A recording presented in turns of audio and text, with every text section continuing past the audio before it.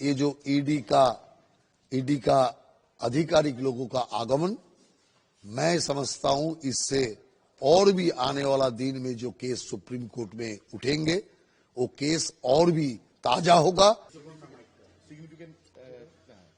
देखिए, supreme court ने इस केस पे मामला को उन्होंने लिया और ममता बनर्जी सहित बाकी आरोपी लोगों को 14 दिन का अंदर हलफनामा पेश करने के लिए कहा गया है।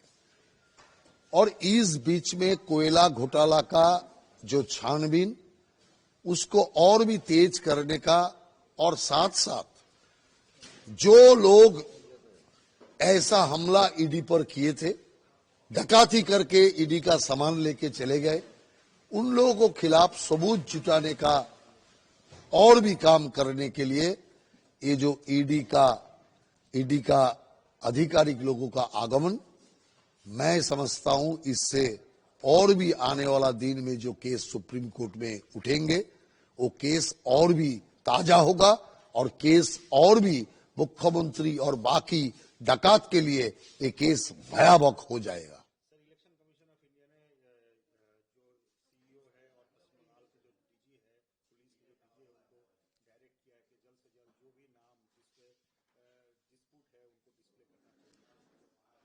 नहीं, तो सुप्रीम कोर्ट का आदेश है और चुनाव आयोग वो सारे आदेश पालन करने के लिए अभी नोटिफिकेशन भी जारी कर दिया। डीजी से लेकर सारे अधिकारी को उन्होंने आदेश भी दे दिया, तो इसीलिए वो लोग कार्रवाई उसमें करे और इलेक्शन कमीशन जो सुप्रीम कोर्ट का आदेश मानने के लिए तैयार है। इलेक्शन कमीशन का ये आदेश स्पष्ट कर देते हैं जो सुप्रीम कोर्ट का आदेश का पूरा मान्यता इलेक्शन कमीशन दे रहा है। गणेश कुमार ने ये भी कहा है कि कोई भी अपने हाथ में जो है कानून को हाथ में लेगा तो उनके खिलाफ सख्त कार्रवाई किया जाएगा। बंगाल में जिस ढंग से तृणमूल का नेता लोग, तृणमूल का एमएलए, एमपी और मंत्री लोग हिंसा फैलाने का कोशिश कर रहा है, हम लोगों ने चुनाव आयोग से ही दरखास्त किया उन लोगों का खिलाफ अभी कड़ा कार्रवाई करे, नहीं तो आगे चल के सारे हाथ से बाहर निकल जाएगा। और उसी दृष्टि से चुनाव आयोग ने जो निर्देश पुलिस प्रशासन को दिया वो बहुत तात्पर्यपूर्ण है और जो लोग ऐसा हिंसा फैलाने का कोशिश कर रहा है उन लोगों को गिरफ्तारी करना चाहिए, उनको गिरफ्तार होना चाहिए। 2-4 गिरफ्तार हो जाएगा तो सारे ये हिंसा फैलाने का काम बंद हो जाएगा। सर, बेलडंगा जैसे इंसिडेंट कई जगह राज्य के कई जगह पे भी हो रहा है, हालांकि जहाँ रिपोर्टर को भी नहीं छोड़ा गया है और जो है 2-3 लोगों को अरेस्ट भी हुआ है अभी इसके। देखिए, बेलडंगा इंसिडेंट ममता बनर्जी ने शुरू कराया था। उस इंसिडेंट में आग में घी ढालने का काम ममता बनर्जी ने किए।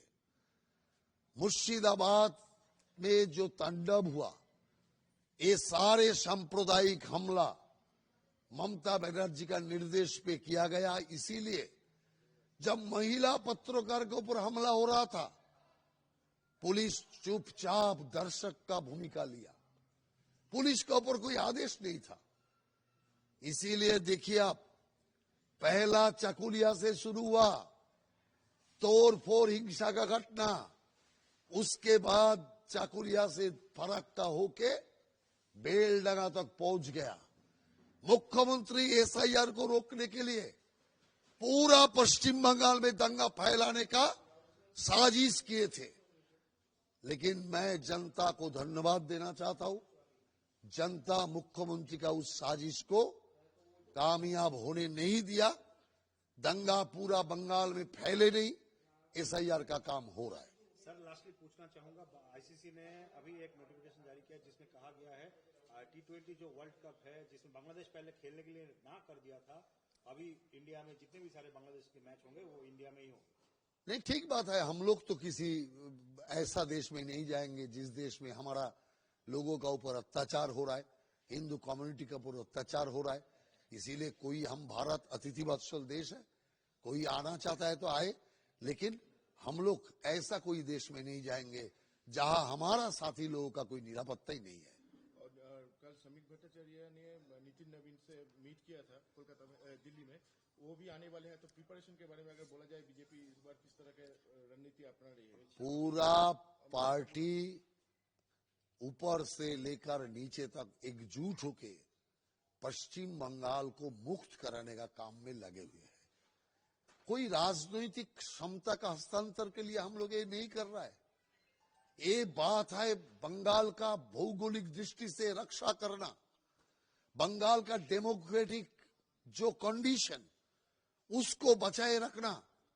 कारण ममता बनर्जी इस्लाम दुनिया से मिलके पश्चिम बंग को पश्चिम बांग्लादेश बनाने का साजिश कर रहा है। उसको रोकने के लिए प्रधानमंत्री, गृह मंत्री, हमारा राष्ट्रीय सभापति सारे मिलके पूरा बंगाल का इकाई का साथ देके पश्चिम बंगाल को बचाएंगे। और इसीलिए हमारा जो केंद्रीय सभापति नितिन नवीन जी का आगमन उसी का ही संदेश है, जो हम पूरा बंगाल का कार्यकर्ता और जनता को यही संदेश देना चाहते हैं। पूरा पार्टी और प्रधानमंत्री से लेके पूरा मंत्रिमंडल बंगाल का जनता का साथ है।